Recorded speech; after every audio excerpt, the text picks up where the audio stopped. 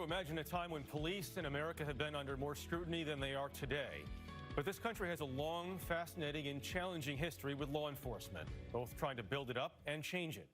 To get a better sense of how we arrived at this moment, we traveled to a place at the center of police history to see what's evolved and what many believe still needs to. There's 21,000 names that are on these walls here of people who have lost their lives, law enforcement officers who have lost their lives. Michael Chapman has had just about every law enforcement job in the book. Local police, DEA agent, SWAT team member, Homeland Security. Now, three-term county sheriff in Virginia. As you've seen all of these protests unfold on television, what goes through your mind? I think it's sad. I think it's sad because I would say that what happened up in Minneapolis set us back 20 or 30 years. We met Chapman at the National Law Enforcement Museum in Washington, D.C. Chapman was first hired as a cop in 1978, more than 350 years after the first small sheriff's office was established in America. America's always had a very decentralized policing system, reliance on local levels. Right. Has that been good or bad for this country? I think it's important that it's decentralized because really, when you look at the communities and local law enforcement, they're really a composite of that community. Local sheriff's departments evolved from community watches and could go in dramatically different directions. Beginning in the 1700s in the province of Carolina and spreading throughout the South, slave patrols were created to prevent rebellions and enslave people from escaping. The first city police departments were formed in the mid-19th century, Boston first, then New York, in many cases to deal with public drunkenness and social disorder. But the police often became tools of corruption for local politicians. Here are men experienced in every phase of police work. Efforts at reform in the 20th century gave departments more autonomy, but also led to increases in tactics like stop and frisk, alienating minority communities in particular, often leading to violent confrontations, the results of which we still see today. Law enforcement has changed dramatically in the last 200 years. Scott Habes is the chief curator at the National Law Enforcement Museum, which has everything from Bonnie and Clyde's Tommy gun to the original RoboCop costume used in the 1987 film. Drop the gun, you are under arrest. About a future dominated by machine instead of man. Your move, creep.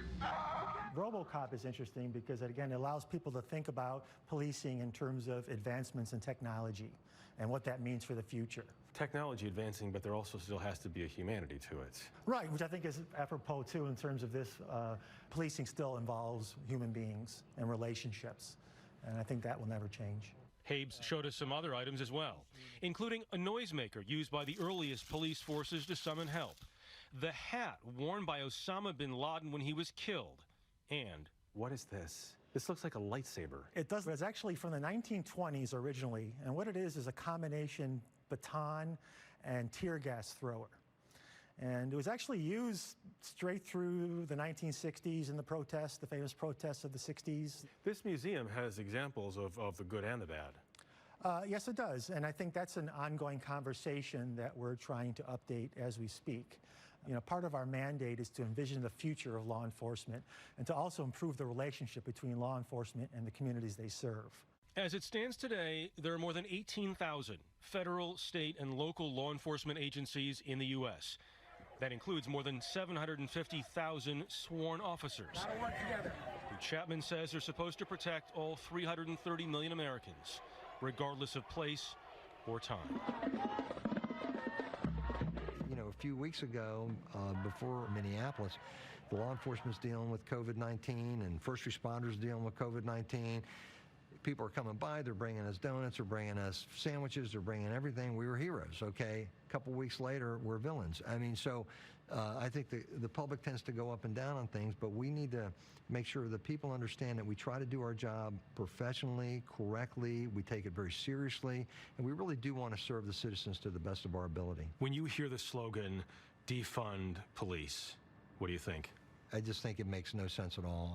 We have to make sure that there is some protection for the safety of our citizens, and law enforcement historically has been the best way to do that.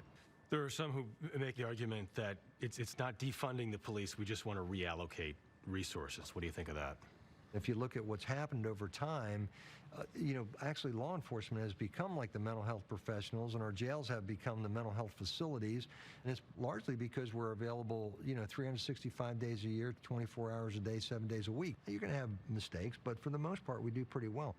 What change do you think needs to happen? I think we need to continue to work in the direction that we have been, de-escalation techniques, making sure that we're working with our community, really getting to understand what they're about, seeing what church groups you have, what different community groups you have. We have multicultural groups that we're part of. So we're really engaged with the community, and I think that goes a long way.